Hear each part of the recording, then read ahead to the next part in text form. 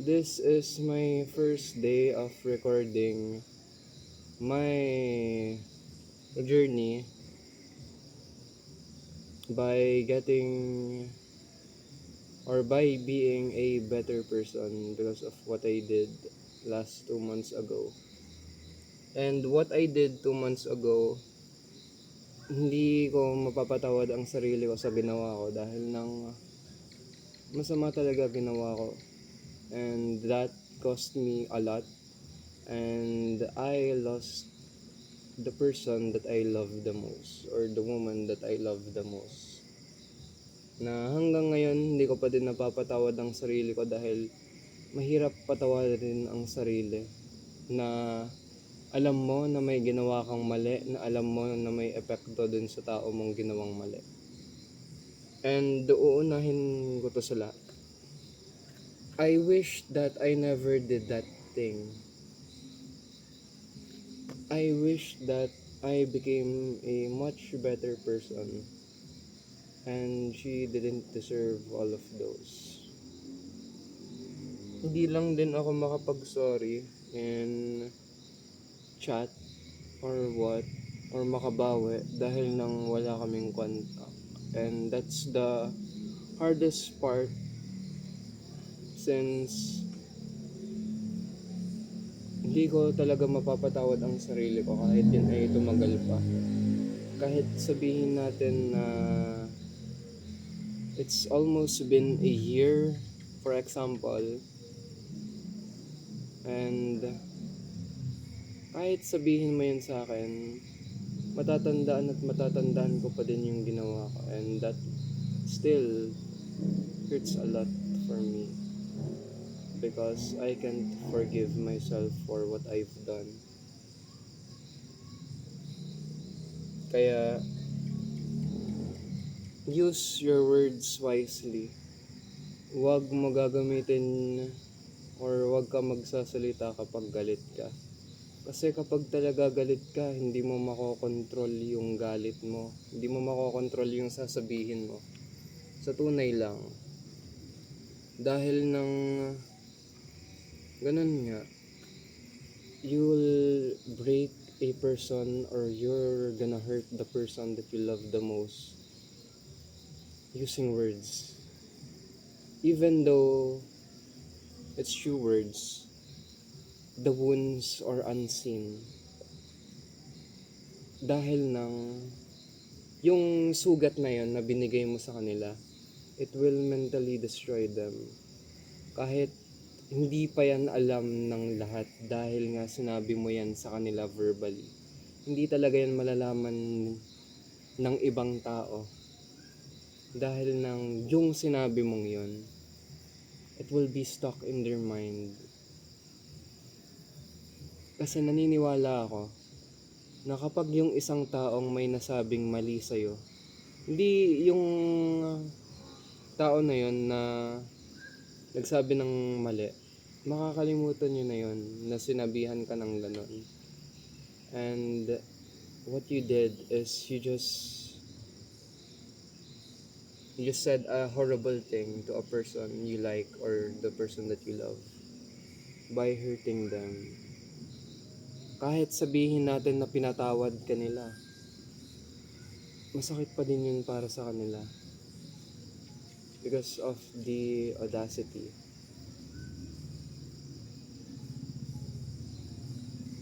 And sana na lang na inayos ko yung sarili ko nung una pa lang.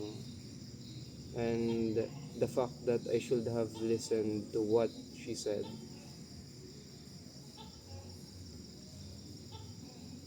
Ang gusto ko lang kasi talaga sa tunay lang is to go back in time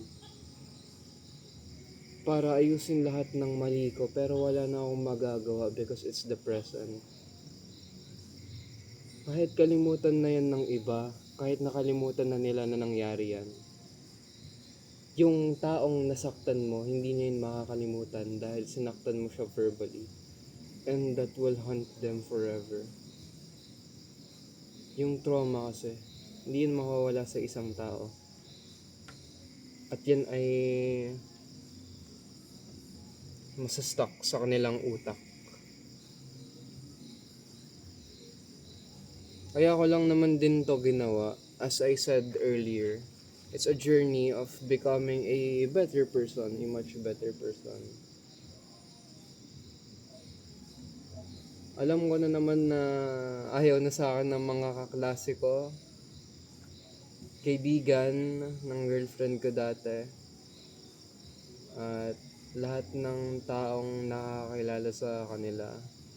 Kung nakikita nyo man lang to, hindi ako nang hihingi ng simpatya. Dahil nagko-confess ako sa ginawa ko, kaya pinost ko yan. Alam ko nang nakita nyo kung papanoorin nyo to. But, I'm still guilty about it. That I can't even forgive myself for what I've done. May gagawin pa nga sana ako sa birthday ko because of my guilt. Pero yung mga nakilala ko made me realize that I don't need to do something like that because of what I did. Because the past doesn't define who I am today. Kasi present na to eh. Bakit ka pa titingin sa past nila kung present na nga to? Yun yung mistake ko dati. And that's what I realized too late. It's the fact that I should have realized it before and not today. But naniniwala naman ako na kapag mahal ka talaga or kapag sa'yo talaga yung isang tao, babalik at babalik yung taong yun sa'yo or babalikan ka niya sooner, hindi ngayon. Kasi kung kayo talaga, love will find its way eventually. Kung hindi kayo, edi that's a lesson for you to be a better person. Because every person that you meet has a meaning. Kasi nga matututo ka din. Kung may nagawa kang kasalanan, kung may nagawa kang pagkakamali, at may matututunan ka pa din sa mga taong nakilala mo. Dahil marami na din akong natutunan eh. At ang pinakamarami talaga yung aking last girlfriend or yung pangalawa. And I don't plan on having a girlfriend this year. Since of my guilt, titingnan ko na lang kung hanggang kailan pagka-single ko. But I think that it will last for a very long time. But I promise to myself that I won't be that person anymore. Because I've grown to hate myself. Kaya nagsusulat ako sa aking isa pang account na puro deep thoughts about negative stuff or about other problems about our country or other countries.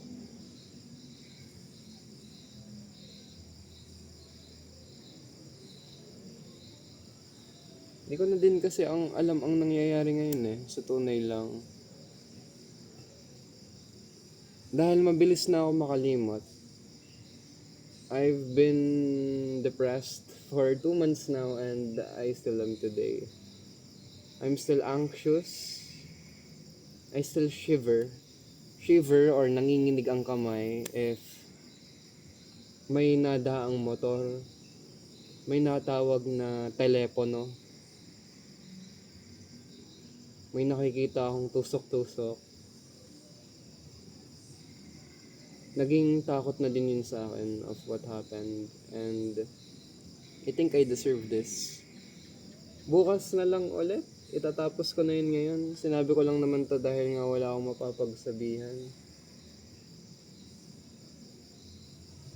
Ang purpose lang din nito is to open or sabihin lahat ng nararamdaman ko. Dahil nga hindi ko din to masabi sa iba kahit sa magulang ko. At I'm trying to help myself by doing this. Yun lang. Yun lang naman, bukas ulit.